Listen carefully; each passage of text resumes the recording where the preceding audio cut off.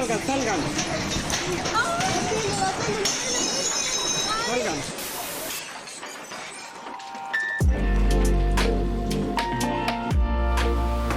By popular request, I'll be sharing a little bit about my mission trip to the beautiful land of Chile. Welcome back to Encourage Everybody. I hope you're doing well today. So as a result of a video we posted about a missionary friend of ours, some of you have wondered what my experience has been in missions and if I have any stories to share. And I actually do. But it was difficult to figure out what I wanted to talk about exactly until I realized there's one trip that really changed my life, and so many things happened that I'll never forget this trip. So this was the time that I went to the country of Chile shortly after an 8.8 magnitude earthquake hit their land and devastated many parts of the country. Just for some context, at this time I was a youth leader at my church, and our church started to partner with a disaster relief ministry. When I first asked about more information about going to this trip, I was denied because there was no more room. This disaster relief ministry was sending 300 people already, so it was pretty packed. But literally a few days before the trip, I got a call saying, hey, we got one more spot open. We're trying to make a small team to go to the outskirts of the country and really help people in need. And after a little bit of prayer, I was like, all right, let's do this. Because I really wanted to use the skills I had to help people any way I could. Now, during this video, I'll try to share a little bit of pictures here and there, but keep in mind, I don't have many. At the time, I didn't really care about pictures, and I regret that to this day, but I'll try to share what I can. I remember being on the plane headed to Chile, kind of nervous, because one of the last things I was told by one of the people in management in the association was, be prepared to work with people you've never worked with before. And sometimes these teams are 10 to 50 people big. And so a lot of times people butt heads because everybody tries to take control. And even though we have a structure, just some people don't click.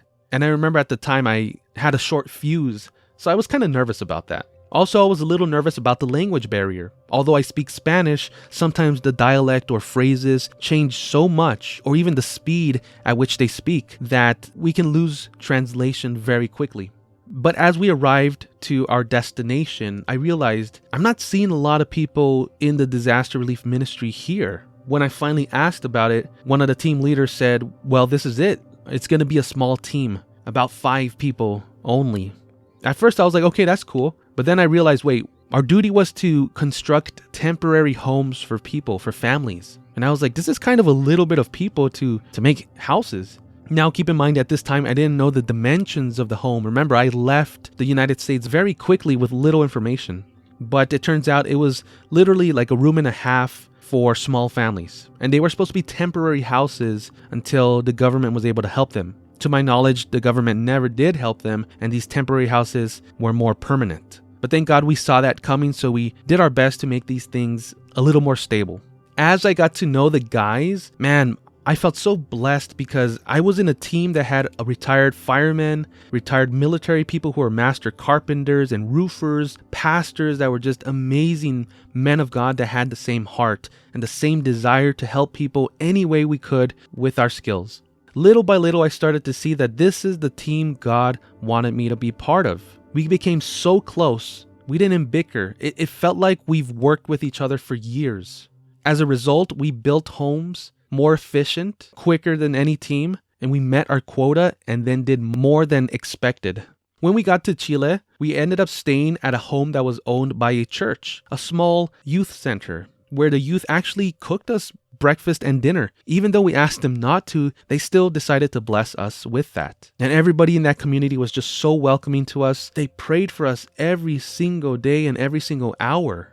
Why? Well, because we were targets. We were there doing the Lord's work, and we would be faced with tremendous heartache by what we were about to see in some of these communities. Now, constructing the homes were fairly easy. Again, it felt like we've been working with each other for years, so we had the same synergy, and it was awesome. And I thank God I was not part of a large chaotic group, but just a small, tight-knit family. What made it challenging was when we got to the parts of the country that were rural, outskirts, what the locals would call where the Indios live, where the Indians, where the natives live, where the people who live off the dirt live, people who live in adobe homes or some kind of makeshift brick, people who still rode donkeys and hunted for food. It was challenging for a few reasons. Number one, the religion. Many of these people had deities, false gods, and traditions that went against our beliefs. There were people there who were constantly in witchcraft and tried to make spells to conjure up a spirit that would help them revive a dead family member or find a family member. Number two, it was challenging because when we were trying to put up a home, it was very common for an elderly person in their 90s to come up to us and beg us to help them move some rubble to help find their loved one. I remember that we ran into a gentleman across from a home we were building who was just sitting in this chair right here. And some of the locals told us, his wife died under there. And he's been sitting there ever since. He only disappears to go to the restroom and to find shelter during the cold night to sleep. And one day I decided to approach him, introduce myself, and ask him how we could help because we had time. Listen, in reality, we didn't. Actually, we were told by the association, don't do anything extra, just build the houses and go because then everybody's going to want help. But when you see people suffering, it's hard to turn your back. So, I asked him what the story was. And he said, early in the morning when the earthquake happened, he went to relieve himself. And as the house shook, it fell on his wife. And because most of the people in that side of the community were also older people, nobody was able to help him rescue her. They were all worried about their own family. And he said he knew that his wife was there because during the last few breaths she had, he could hear her struggling to breathe. And all he could do was sit there and be with her for her last few breaths. We heard tons of stories in this trip. Some devastating ones near the coast where tsunamis came and wiped away families. I remember a lady telling us about how her father-in-law had to jump into the water to save her infant baby, but then she lost sight of them. Eventually, he was found a few miles down, deceased, in a position as if he was holding onto an infant, but the child was never found. I remember older ladies coming up and begging us to just please help her find her husband that's down there somewhere so that she can bury him. And some people find this disturbing. They're saying, well, why would you help them? It's disgusting. It's been a few days now. And it's their problem. Let the government help them. But something happens inside of you as a man when you turn around, when you're working on something, and you see this little old lady picking up rocks the size of a shoe, barely able to move them all by herself, trying to desperately get to someone she loves. So right away, what you do is you drop what you're doing and you go help. But you go help with the mentality of, we're going to find someone, and then what? Most people said, you found the person, move on. But again, how can you say, okay, lady, there's the person you love. Good luck getting him out, picking him up, and burying him. You can't. You can't do it. The Bible says to take care of the widows. Taking care of them doesn't only mean a shelter and a meal. It's to try to lift the burdens off of their shoulders. So we did what we could. We would find people. We would move them. We would build temporary walls where you didn't have to see them in the open. We dug small trenches where it was enough room for them.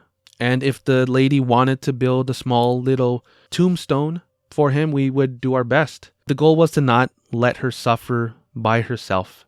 It was challenging meeting these people because it didn't happen every now and then. It happened very frequent. But as men, we decided, what's our option? Ignore them or love them like Christ loves them? So that meant leaving our home earlier and coming back later. We were typically supposed to leave the house around 6 in the morning, but we ended up leaving closer to 4:30 just to help some people. Typically, we were supposed to be back by 6, but we ended up getting home by 10. I'm not saying that to brag or to say that we were superheroes or anything like that. I'm just telling you, something happens inside of you when you see people suffering. And when you feel the pull of God saying, show them love, show them sacrifice, show them that you are there with them and that you actually care for them. Now, the third problem we had was kind of a good problem. It was when people were too nice to us. Now, that sounds kind of weird, right? But people just really, really appreciated the work we did. I remember visiting families who really didn't have anything. And, we were just about to finish their homes and they say, can you please hold on for just a moment? And then they come out with a beautiful spread of food. And we would sit there and go, weren't there chickens running around here like a few hours ago? Yeah, now they're on the plates.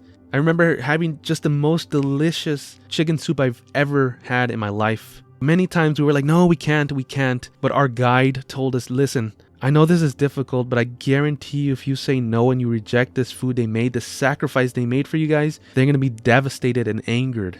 So out of respect, we enjoyed. And it was tremendously good. Often our meals came with this delicious fresh grape juice from vines that were just miles long, that had maybe 12 or 13 different varieties of grapes inside it. It was served ice cold, and it really blessed our hearts. Obviously, we didn't just take their food and run. We always made it a point to at least come back the next day and bring them something in return. I remember seeing this old man one morning. We were actually situated near a hillside where there was a beautiful mountaintop that was just lush green. It was an interesting spot. You would see rain fall there, but nowhere else. And I remember seeing an old man there herding his sheep and goat, and sometimes he was on like a cow. It was weird. It was something like from Narnia. But I remember seeing him, but we never ran into him until about the third day. And he was taking a goat for a walk, just like a little young goat. And he said hi to us. He tipped his hat. I told him who we were, what we were doing, and we asked him where he lived and how we can help. And he said, I don't need your help, because by God's grace, my home is still okay. And before I knew it, I see the guy coming back with that same little goat on his shoulders that he had slaughtered. And he said, I'm going to make you guys the best barbecued goat and the best empanadas you have ever had in your life. And I'll be honest with you, I'm not just saying it. It was one of the best meals I ever had, with fresh potatoes from the ground, fresh carrots, and you can just taste the love and the sacrifice. I remember one time we got to a village, building houses, doing our thing, and I remember seeing this little boy just kind of buzzing around us. He was barely able to speak, but just enough to have a conversation. And he was just like, where are you guys from? You guys look so weird. You know, and keep in mind, I look different than a Chilean person. And of course, the American people I was with look different. And this boy has never seen anyone outside of the people, the Indios he was with. And he said, why are you guys building this building or whatever this is? And I said, well, it's actually a home because I heard that you lost yours. So we're going to do our best to make sure that tonight you have a place to be warm and a place to stay away from the rain. And this kid was thrilled. He was jumping off the walls. He was just so happy running around. After that, he just kept buzzing around us more. It didn't bother us. As a matter of fact, we explained to him what some of the things we were doing and how we leveled the earth to make sure that if water did come, it would just go under the house and it wouldn't compromise the structure. And his dad was very grateful for that. But I did ask him, I said, hey, little boy, why don't you go play with the other kids? Or, like go color, go do something. And he said, oh yeah, I'll do that later. And he got up and he ran away. I don't know where he went. His dad told me, hey, you know what? My little boy doesn't really understand death. He thinks that his friends went to go with family members to stay, but actually the majority of them passed away in the earthquake. Along with that, his mother is gone too. Not only did this kid lose his mom, but all his friends. And right as I felt like my eyes were just heavy, this little boy runs up and says, hey, I got something for you. I'm like, what? He's like, you're going to build us a home, right? And we're like, yeah, that's what we're here for. And he said, then I want you to have this little toy you see here, this ugly little toy. And I'm like, oh, why do you want me to have this? He's like, because you're giving me a home. And I said, no, you keep it. It's your toy. I don't play with toys anymore. I'm a little too old for that. And he said, no, this toy means nothing because I'm going to have an actual home, a place to be warm, a place to play in, a place to be safe. A toy, I can play with anything. You're giving us a home. And it just shocked me that wisdom this kid had, that he saw that the home was more valuable than this little figure. And I said, God had to be with this boy in order for him to say something just so powerful. So out of respect, I took it. And the boy ran off and went to go play with a dog he found. And I turned to his dad. I'm like, here, you could have it back because I'm not going to play with it. And he was like, no, you should keep it. I'll tell you why, he said. He said his dad said this was the last gift his mom gave him. All the toys he had disappeared and burned in the earthquake. So the fact that he wanted you to have that, it means it's something very special. That connection you have with him. Now, it didn't hit me at first, but when we got home that night, back to the youth center we were staying at, man, my heart just blew up. It hurt, but it blessed me too. Now, obviously, I didn't take this toy and run away. I made sure that the last day we were there, I would use what money I had to bless his family. We got him extra food, and I also bought this kid a good amount of toys, shoes, things he didn't have, things that would last. And we also wrote him a little letter that he would read later on when he gets a little older. This trip was a blessing for us, but it was so memorable because so many things happened. Again, more than this is just the tip of the iceberg. But we met everybody from humble, helpful people to destroyed, depressed people. We met people who were oppressed by the devil and witchcraft. We saw people possessed by spirits as they walked down streets to get to these makeshift altars they constructed for their deities, who would just howl at night in anger. We were welcomed by communities, by the church we stayed with. We even made friends with the local fire department there, who I was shocked to find out they were all volunteers and never got a cent from the government, but they were all volunteers because of the passion they have to help the community. These are the trips I enjoy the most, not because of the drama, but because I feel like they're more real. I don't mean to offend anyone as I say this, but I can't stand the Instagrammable mission trips or the cushy, safe ones. The ones I know people go to not really do much. Now, don't get me wrong, I know every little bit you do helps, but I guess growing up, I always heard about mission trips being something crazy. And I thank God for letting me be part of something like that. Now, just to wrap this up, as we built these homes for these families, we made it a point to print out like a little certificate that said that this was made by God. And we made it a point to preach to them the word of God. We didn't go there just to build and go. We made sure we connected with the families and told them about the Lord. And you know what? Some people hated it. Some people wanted nothing to do with Jesus. They had their own God. But we still told them it wasn't your God that sent us. It was the Lord. Now, the last picture I want to share with you guys is of these 3 nails from a railroad track. As we were walking to a neighborhood, it looked like one of the tracks just exploded, I guess, from all the shaking of the earth. And I saw these 3 nails kind of overlapping each other, and it just reminded me of our Lord. Just the nails that were in his hands and his feet, the sacrifice he made, the symbol of love. So I took them home.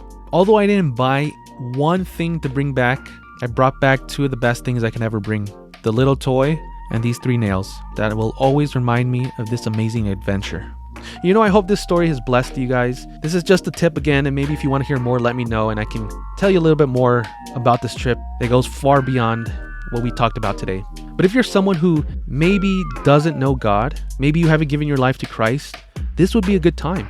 Yes, the land of Chile was devastated by an earthquake, but you know what? Many times our hearts are devastated as well, and our hearts need reconstructing. And when God's hands enter your heart and start building his home there, you'll be brand new and you'll give anything up to continue having him in your life. I hope you think about that tonight. May you all consider reaching someone who doesn't know Christ, and may you consider sharing the story with a friend. May God bless you and your families.